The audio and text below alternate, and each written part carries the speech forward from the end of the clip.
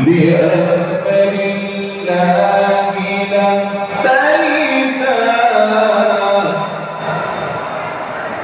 لبينا بيديك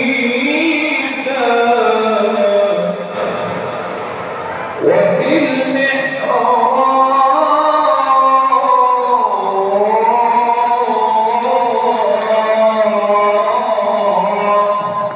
صليت سألت الحق يعطينا وفي طاعتك وفي طاعتك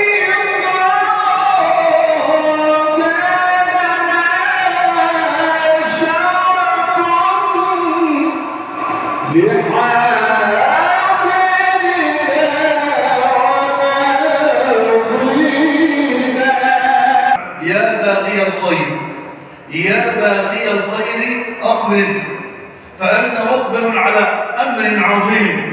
شهر رمضان الذي أنزل فيه القرآن هدى للناس وبينات من الهدى والفرقان، فمن شهد منكم الشهر فليصم، ومن كان مريضا أو على سفر فعدة من أيام أخرى. يريد الله بكم اليسر ولا يريد بكم العسر، ولتكملوا العدة ولتكبروا الله على ما هداكم ولعلكم تشكرون. وإذا سألك عبادي عني فإني قريب أجيب دعوة الداعي إذا دعان. السؤال الأول أحبتي في الله، هل تعرف ما معنى رمضان؟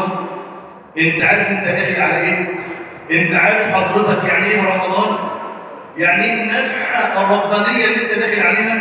رمضان لله سبحانه وتعالى، رمضان نسبه الله تبارك وتعالى لنفسه سبحانه وتعالى من باب التشريف ومن باب التكريم والتعظيم لهذا الشهر المبارك.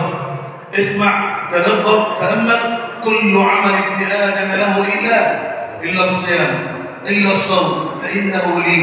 يا الله، من باب التشريف، من باب تسليط الأضواء على أمر عظيم. كل عمل ابن آدم له إلا الصوم فإنه لي وأنا أجزي به.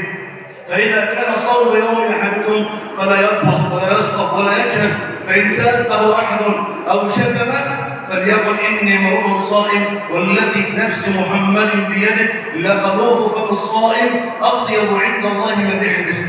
واحد لا إله إلا الله وصلى على الحبيب النبي عليه الصلاة والسلام. أنت مقبل على أمر عظيم، على عمل كبير نسبه الله تبارك وتعالى نفسه، قال إلا الصوم فإنه لي. رمضان لله تبارك وتعالى، الصيام لله تبارك وتعالى. انت عارف يعني تقول فإنه لي؟ الأمر جد خطير وانت داخل على أمر عظيم. اسمع كده كلام سيدنا رسول الله صلى الله عليه وسلم وتسليما، يقول من صام رمضان، الله، من صام رمضان إيمانا واحتسابا غفر له ما تقدم من ذنبه. إيمانا يعني عاش بصفات المؤمن في رمضان، عاش رمضان بصفات المؤمن. قد يفلح المؤمنون الذين هم في صلاتهم خاشعون والذين هم عن اللغو معرضون والذين هم للزكاة فاعلون والذين هم لفروجهم حافظون إلا على أزواجهم أو ما ملكت أيمانهم فإنهم غير ملومين. فمن ابتغى وراء ذلك فأولئك هم العادون والذين هم لأماناتهم وعهدهم راعون والذين هم على صلواتهم يحافظون أولئك هم الوارثون. عش رمضان إيمانا بصفات المؤمن، بأحوال المؤمن. إنما المؤمنون الذين إذا ذكر الله من هم وجلت قلوبهم وإذا تليت عليهم آياته زادتهم إيمانا وعلى ربهم يتوكلون. إنما المؤمنون الذين آمنوا بالله ورسوله ثم لم يرتابوا وجاهدوا بأموالهم وأنفسهم في سبيل الله أولئك هم الصادقون. عيشوا بالإيمانيات. من صام رمضان إيمانا بصفات المؤمن، والإيمان ما وقر في القلب وصدقه العمل، هو قول باللسان وتصديق بالجنان وعمل بالأركان. قالت الأعراب آمنا قل لم تؤمنوا ولكن قولوا أسلمنا ولما يدخل الإيمان في قلوبكم. عش رمضان كده بصفات المؤمن، بصلاة المؤمن، بأمانة المؤمن، بعفة المؤمن، بجهاد المؤمن. سبحان الله، من صام رمضان إيمانا واحتسابا احتسب الأمر على الله واحتسب الأجر على الله غفر له ما تقدم من ذنبه. ايه ده يا جماعه؟ لما واحد يقول لا اله الا الله وصلى الحبيب، ده منحه، ده عطيه. ده اخونا السيد والله العظيم كان بيصلي معانا التراويح السنه اللي فاتت، رحمه الله، اللهم ارحمه رحمه واسعه يا رب العالمين. والله كان من اطيب الناس ومن اكرم الناس ومن ابدع الناس السيد محمد. فكان يقعد بادب المسجد ويصلي بادب المصلين، يوقر الامام ويوقر المصلين، ويصلي بسكينه يؤدي فرض الله ويسلم على خلق الله وينصرف راشدا، ويجي في الليله اللي بعدها يصلي معنا. تعالى انت في منحه ما بعدها منحه. هذه شهادته المتوفى رحمه الله، انت في منحه، انت في منحه. كان اخوين في عهد رسول الله متحابين، اثنين احباب بعض، صحابيين بيحبوا بعض جدا، متحابين في عهد سيدنا النبي صلى الله عليه وسلم عليه الصلاه والسلام. سبحان الله، فمات الاول شهيدا، مات واحد فيهم شهيد. ولا تحسبن الذين قتلوا في سبيل الله اموات بل احياء عند ربهم يرزقون. الشهاده يا جماعه الخير، سبحان الله. اللهم بلغنا نزل الشهداء والنصر على الاعداء، انت ولي ذلك ومولاه. ثم مات صاحبه بعدها بسنه. من اللي مات الاول؟ الشهيد. من اللي مات بعده؟ صاحبه الثاني بقد ايه؟ قالوا سنه. فرؤي في المنام ان من مات بعد اخيه بسنه دخل الجنه قبل الشهيد. الله الله الله. مين يا سيدنا؟ اللي مات بعده بسنه، يعني مش الشهيد اللي دخل الاول. فتح لمن مات بعده بسنه قبل الشهيد. فقالوا يا رسول الله ازاي؟ ده الشهيد المفروض هو اللي ميت الاول وقبله بسنه والشهاده وكذا. قال الحبيب النبي صلى الله عليه وسلم: واين صلاته بعد صلاته؟ واين صيامه بعد صيامه؟ اوليس صام رمضان؟ الله على النعمه اللي انت داخل عليها، الله على المنحه والعطيه اللي انت داخل عليها. وان تعدوا نعمه الله لا تحصوها. اوليس قد صام بعده رمضان؟ اوليس قد صلى بعده كذا كذا ركعه؟ او كما قال الحبيب النبي: انت منحه، انت فعطيه. اخونا الان بين يدي ربه الرحيم الرحمن سبحانه وتعالى. انت عيش الفضل وعيش انت نعم، انت مقبل على رمضان، اطلع من رمضان وقد غفر لك ما تقدم من ذنبك وما تاخر. مثل وقوفك يوم العرض عريانا مستوحشا قلق الاحشاء حيرانا، والنار تلهب من حمق ومن غضب على العصاة ورب العرش ربانا. اقرأ كتابك العبد على مهل، فهل ترى حرفا غير ما كان؟ لما قرأت ولم تنكر قراءته أقررت إقرار من عرف الأشياء عرفانا. نادى الجليل: خذوا يا ملائكتي بعبد عصى للنار عطشانا. المشركون غدا في النار يلتهموا، والمؤمنون بلاد الخلد سكانا. واحد يقول لا إله إلا الله وعلني قلبك وسمعك. أنت داخل على منحة وعطية نسبها الله تبارك وتعالى لنسبه لنفسه تشريفا وتكريما. قال: كل عمل ابن ادم له الا الصوم فانه لي. من صام رمضان ايمانا واحتسابا غفر له ما تقدم من ذنبه. اسمع صلاه التراويح وراي من تحبه في اي مسجد تعشقه، واجي تصلي معايا كل سنه، مرحبا بك. زي ما احنا على العهد، زي ما احنا على البهجه، زي ما احنا على الجوائز، زي ما احنا على المحبة. بتصلي في مكان آخر، مرحبا، صلي واستمتع برمضان. شوف أي مسجد تحبه، أي مكان تحبه، وأي إمام تحبه، خلاص، وأي صحبة تحبها، صلي معاه. بس اوعى تضيع رمضان، اوعى تضيع قيام رمضان. قال الحبيب النبي صلى الله عليه وسلم: من قام رمضان إيمانا واحتسابا غفر له ما تقدم من ذنبه. لا تستنى عليا، واحد ربك صلى على الحبيب، ده انت داخل على منحه ب 83 سنه. منحه كل سنه تساوي 83 سنه، دعم حسنات من رب الارض والسماوات بيساوي 83 سنه. ازاي يا مولانا؟ انا انزلناه في ليله القدر، وما ادراك ما ليله القدر؟ ليله القدر خير من 1000 شهر. كم 1000 شهر؟ 83 سنة وكسور. 83 سنة وكسور. يعني ايه؟ يعني قمها يا اخي الكريم. انت مش تلبسوها في العشر الاواخر. قمها يا اخي، تعرض لها يا اخي الكريم. قلت يا رسول الله سمع عائشة: لو ادركتني انت القدر اقول ايه؟ قال: قل اللهم انك عفو تحب العفو ايه؟ اللهم انك عفو تحب العفو فاعف عني. تعرض لنفحات الله ليله ب 83 سنه، عاوز اكتر من كده ايه؟ ليله ب 83 سنه. قال الحبيب النبي: من قام ليله القدر ايمانا واحتسابا غفر له ما تقدم من ذنبه. طب يا مولانا الكلام ده زي الفل، اصوم يتغفر لي، اقوم يتغفر لي، اتعرض ليله القدر ب 83 سنه لله متقاء من النار في كل ليله في رمضان. طب ازاي انا عاوز ده؟ ازاي اوصل لده؟ ازاي اصل لهذا المعنى وهذا الثواب وانا بحالي ده الرص ده وانا بالذنوب دي؟ عشان كده بقول لك التحليه على طول قبل المنحه استعد لهذه المنحه. لازم الرسائل قبل هذه المنحه. واحد، اخبارك ايه مع التوبه؟ ايه اخبارك مع التوبه؟ عشان بقى من صام رمضان ايمانا واحتسابا، من قام رمضان ايمانا واحتسابا، من قام ليله القدر اخبار التوبه معاك ايه؟ طب اخبار الفلوس اللي عليك للناس ايه؟ اخبار الفلوس اللي عليك للناس ايه؟ طب اخبار الخيبه والنميمه ايه؟ طب واخبار اكل الربا ايه؟ طب واخبار قطيعه الرحم ايه؟ طب واخبار الخصومه اللي بينك وبين ربنا ايه؟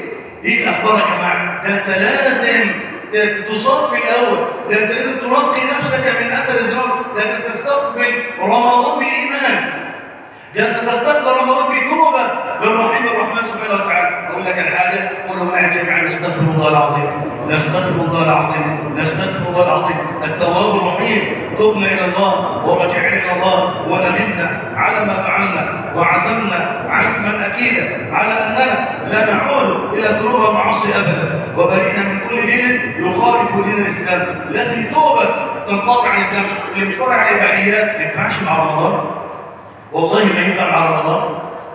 اصوم بالنهار واعكف على الاباحيات بالليل، اصوم للرحمن بالليل انا مع الشيطان، والله ما ينفع اباحيات، والله يا شباب ما ينفع. ان انا نايم على المحمول بتاعي، نايم على المحمول بتاعي طول الليل اباحيات، واصوم ازاي؟ والله ما ينفع افلام رقص وطبل وزمر بالنهار، افلام الابيض والاسود والرقاصه الفلانيه والعلانيه، والله ده انا بتفرج على افلام ابيض واسود. ما دي الفيله في رمضان، ما دي الفيله. وسيدنا الامام مالك رضي الله عنه وارضاه كان بيدرس لطلابه، فسمعوا صوت يقول لك في فيل دخل المدينه. اول مره اهل المدينه يشوفوا فيل، سبحان ترى كيف فعل ربك واصحابه ايه؟ واهل المدينه اول مره يشوفوا فيل، يجي عندهم فيل، فقالوا ايه؟ قالوا والله فيل. فمعظم الطلاب او كل الطلاب الا واحده راح يشوف الفيل ده الا طالب واحد بس. فالامام مالك بيقول له: ما قمتش ليه تشوف الفيل؟ قال له: انا جاي اشوف الامام مالك، مش جاي اشوف الفيل. ليه؟ يقول لك تعالى تعالى كذا، قول له: انا جاي رمضان مانيش جاي للمسلسلات، انا جاي رمضان مانيش دعوه بالاباحيات، انا جاي رمضان مانيش دعوه بالافلام، انا جاي رمضان مانيش دعوه بالمسرحيات، انا جاي رمضان عشان اطيع رب الارض والسماء. اوعى تخلي الفيله تسرق منك رمضان، دي يحلك على اغنيه، ودي يحلك على فيلم، ودي يحلك على دوره رمضانيه، ودي يحلك على كذا، ويسرق منك رمضان. ولا حول ولا قوه الا بالله. هتوحد الله وتقول لا اله الا الله، لا خد بالك، انقطع عن الذنب. بتعمل حاجه وحشه، اتنين بتجيب ست الناس، اقف بقى دلوقتي، من اقف بقى وتوب الى الله جميع المؤمنون. بتسرق، اقف بقى. بتعوق زنا، اقف بقى، ربنا يسترك، استر انت بقى. ونقطه من اول السطر، بتعمل غيبه، انك بتعمل بلاوي، خد بقى، اقطع بقى، انقطع عن الذنب قبل رمضان. الان النهارده يا جماعه، النهارده يا عم قبل ما نصلي الطواف بالليل، وقف بقى، اعقد النيه بقى، انقطع عن الذنب، اندم على اللي انت عملته، احسن على الا تعود. لو في حاجه عليك رد المظالم لمين؟ لاهلها. صلي قبل ان تحلي، صلي قبل ان تحلي، استعد رمضان بتوبه يا اخي الكريم. طيب واحد يقول لك: طب مولانا ايه تاني توصلي بايه؟ فيتامين صاد، احلى فيتامين بيجيبه من السخانه ديت اسمه فيتامين صاد، حلو قوي رمضان.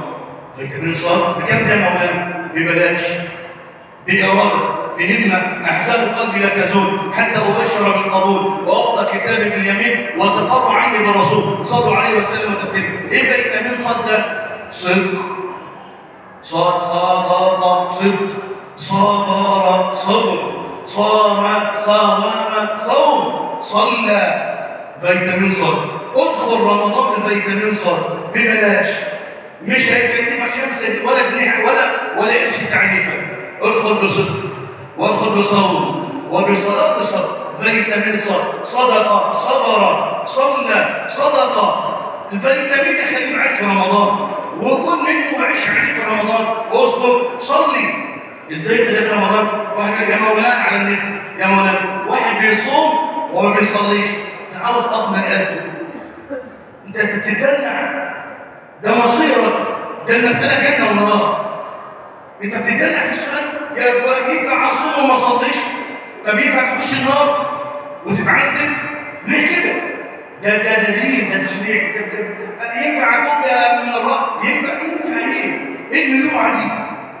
ده الصلاه ركن من اركان الاسلام، من حافظ عليها كانت له نورا وبرهانا ونجاة يوم القيامه، ومن لم يحافظ عليها لم تكن له نورا ولا برهانا ولا نجاة يوم القيامه، وحشر مع فرعون وهامان وابي بن خلف، حشر مع اهل الكفر والضلال تارك الصلاه. انت ازاي تسال السؤال ده؟ ازاي تقول لي اصلي ولا ما اصليش في رمضان؟ ازاي تقول لي اصوم ينفع اصوم وما اصليش؟ ازاي يا عم ده يا عم؟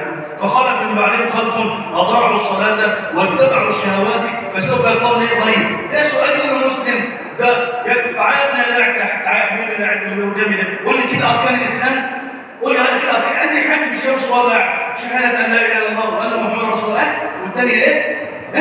اقام الصلاه، ركن من اركان الصلاه. اقام الصلاه، صلي في رمضان. ازاي تقول لي انا اصوم وما اصليش؟ لا صلي، حافظ على الصلاه في رمضان. اوعى تسيب صلاه في رمضان، ما تقولش للشيخ ده ينفع ولا ما ينفعش. ما ينفعش الكلام ده يا جماعه. اصدق الله في رمضان. ده انت مصدعني بقالك شهرين ثلاثه، رمضان جانا رمضان جانا، اهو جه يا اولاد اهو جه يا اولاد، مصدعني في الشوارع، مصدعني شراشيب. نعم الفرح برمضان مطلوب، بس اهو جالك رمضان، اهو جالك رمضان، اهو رمضان جانا يا عم. اصدق كده، هتصلي؟ طب هتصوم بقى عدل؟ طب هتتقي بقى في رمضان؟ اهو جالك رمضان يا عم، اهو رمضان جانا يا عم. طب انا قاعد تقدم بقالك شهر واتنين رمضان جانا، اهو جالك رمضان. اصدق الله، اصدق الله في رمضان. هو حكى النبي قال له ايه؟ قال له يا رسول الله اشهد ان لا اله الا الله وانك رسول الله، صلوا عليه وسلم تسليما. واستؤنف القتال، دخل معركة في معارك الإسلام ضد الكفر، استؤنف القتال، توكلنا على الله.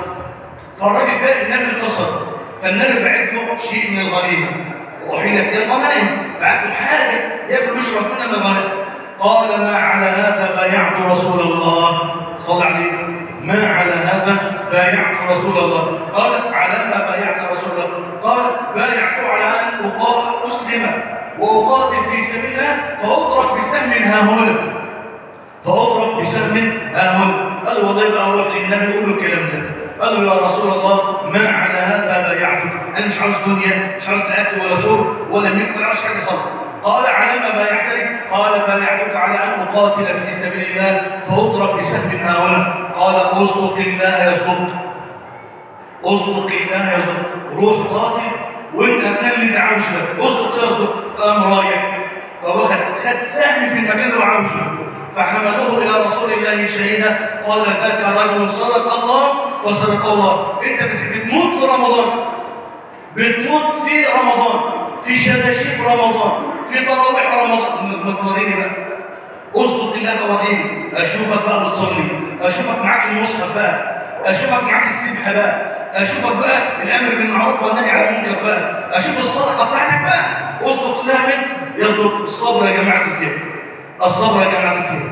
كنت واشكر الصبر، صبر على طاعه الله، وصبر على معصيه الله، وصبر على بلاء منه، وصبر على بلاء الله تبارك وتعالى. كنت بقرا امبارح حاجه، فاحد العلماء بيفكر بيه وعاوز ايه؟ ان سيدنا النبي صلى الله عليه وسلم هو راس القدوات حتى على الانبياء، تلك الرسل فضلنا ايه؟ بعضهم على بعض. فبدا يقارن بين صبر النبي وطموح النبي صلى الله عليه وسلم الاخروي والانبياء. فقال لك بص سبحان الله، نوح عليه السلام لم يصبر على قومه مثل صبر سيدنا رسول الله. فنوح قال رب لا تذر على الارض من الكافرين ديارا، ورسول الله قال اللهم اهد قومي فانهم لا يعلمون. قلت سبحان الله، صبر. بعد ما اذوا في كل حاجه، ضربوه عوروه، حطوا عليه السنه البعير نجسات، داسوا على الباب بيصلي، طردوه ورجع مكه في جوار يهودي ومطعم ابن علي. ورغم كده قال اللهم اهد قومي فانهم لا يعلمون. صبروا ما تعلم من صبر سيدنا النبي سبحان الله. قال سيدنا موسى عليه السلام بيعمل مقارنه، قال سيدنا موسى عليه السلام لما جاء ملك الموت فقع عينه كما هو موجود في صحيح البخاري، ضربه قال له اشهد ان لا اله الا انت، يا عم ضرب عينيه ليه يعني سبحان الله. وقال ان هي الا فتنتك. وعدنا موسى لما خلاص امر موسى عليه السلام بانه يقاتل المذنب يقاتل الطائع ودي ادوا فاقتلوا انفسكم ذلكم خير لكم عند بارئكم. قال موسى عليه السلام ان هي الا فتنتك تضل من تشاء وتهدي من تشاء انت ولينا فاغفر لنا. يقوم سيدنا النبي صلى الله عليه وسلم يقول لك لا، يقول هيا يا رايح الرفيق الاعلى الى الرفيق الاعلى. سيدنا النبي صلى الله عليه وسلم بيقارن بينه وبين من فقد اولاده وسقط، ويقول لك على سيدنا النبي بيحكوا على سيدنا النبي يا جماعه امر والله العظيم يا جماعه يعني تجمع له المواقف تدمى له. يقول لك لما مات ابنه الثالث ابراهيم عليه السلام سيدنا النبي من كتر زعله ما اتكلمش ولا تسخط على قدر الله. مات منه القاسم ومات منه عبد الله اللي هو الطيب والطاهر، ومات منه ابنه ابراهيم المريض الطيب. لكن لما مات ابراهيم المريض الطيب سيدنا النبي من كتر حزنه مش حافي، وقال الرواه وتعلل بالحسن والحسين. صبر يعني صبر نفسه بالحسن والحسين، يعني هو مش حافي في الجنازه، مش حافي زعلان بس متماسك بس زعلان. ان العين لا تدمع وان القلب لا يحزن واننا لفراقك يا ابراهيم لمحزونون ولا نقول الا ما يرضي الله منه ربنا ورب ذلك وصفه انه كان حافيا صلى الله عليه وسلم. وتعلل بالحسن والحسين وهو صادق ما بينش يعني مر على بيت فاطمه ونادى قال يا نكع يا نكع، يعني اقعد هو بعد ما دخل ابراهيم بيتعلم بذات بنته وقعد يقبل فيه وهو بيقبل فيهم يدل جبريل يقول لك ابنك الحسين تقتله امك. يا يعني حتى كمان لما جه يتعلم بالحسين حسن والحسين قرب جبريل قال له يا محمد كمان الحسين دي ستقتله امك. يا ويصمت جبل بطل سيدنا رسول الله، بطل جبل يعني بيدفن سته واولاد النبي كما جماعه 7 النبي دفن سته يا جماعه من ولاده ايده. جبل سيدنا رسول الله واستاذ في الصبر سيدنا رسول الله وبشر الصابرين الذين اذا اصابتهم مصيبه قالوا انا لله وانا اليه راجعون. وصيه اخير اخبار قلبك ايه؟ قلت لك فيتامين صاد بس انت اخبار قلبك ايه؟ قبل رمضان لسه الغل موجود ما ينفعش، لسه الحقد موجود ما ينفعش، لسه الحسد موجود ما ينفعش.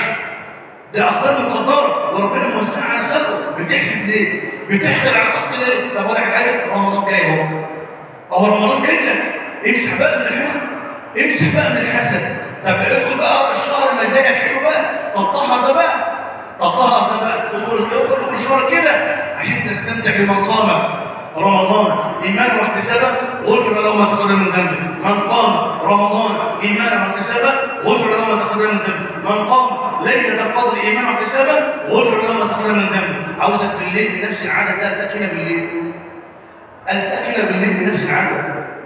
بنقول درس قبل العشاء وبنصلي التراويح. انت عارفني ما بطولش عليك في التراويح، ما بطولش عليك وهو الفاصل ما بطولش عليك. تاكل هنا في الجنه التقاك نفس جوائزنا ونفس الروح بتاعتنا تعيش معايا الاجواء. واحد يزيد واحد يروح اليمين، تحب المسجد تاني روح بس ما تضيعش رمضان. تحب الشيخ تاني تحب المسجد تاني انطلق وماله بس اوعى على رمضان يعدي منك الا لا يا جماعه نصلي التراويح. هو حد يزيد يا جماعه تزيد خلاص يا جماعه مش ما بطولش. احنا يا ريتنا نصلي الجزء بس ما نقدرش مش متعودين. واحده يا عم لعل الله يرسل وجينا ويصلي بجزء من القران لعل الله. بس انا عارفك انا واقف زيك انا عارفك ما تخافش لن نطيل عليك باذن الله تبارك وتعالى. يبقى من قام رمضان ايمانا واحتسابا غفر له ما تقدم من ذنبه. من قام ليله القدر ايمانا واحتسابا غفر له ما تقدم من ذنبه. لفي ذلك لذكرى لمن كان له قلب او القى السمع وهو شهيد يدعو الله.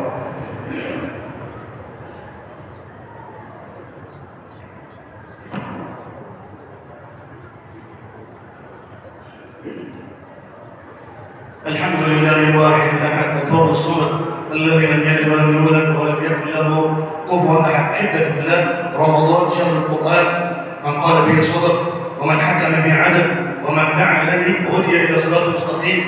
والجد ليس بالهزل. القرآن والجد ليس بالهزل. من تركه من جبارك قسمه الله، ومن ابتغى الهدى في غيره أضله الله، وهو حبل الله المتين، وهو الذكر الحكيم لا تزغ به الأهواء، ولا يخلق عن كثرة الرد، ولا تنتهي عجائبه، ولا تفنى غرائبه. وهو الذي لما سمعه الجن قالوا إنا سمعنا قرآنا عجبا، من قال به صدق، ومن حكم به عدل، ومن دعا إليه وهدي إلى صراط مستقيم. أحبة الله، السنة اللي فاتت كانت ملحمة قروية جميلة جدا في الأصحاب والشباب والمشايخ. دشنا أول مسابقة اسم سلمون، كانت ناجحة، عملنا حفل كبير جدا بالناس الطيبين بالمشايخ والعلماء، كله والله يا أخي الكريم، كله لا استثني أحد من القرية من أهل الجد ولا الحركة. حضرنا وعملنا حفل كويس جدا وفي منتهى السعادة، ورضينا جميع الأطفال. السنة يا جماعة الخير بتتكرر المسابقات، ولكن بقى بتتكرر تحت رعاية الأزهر الشريف.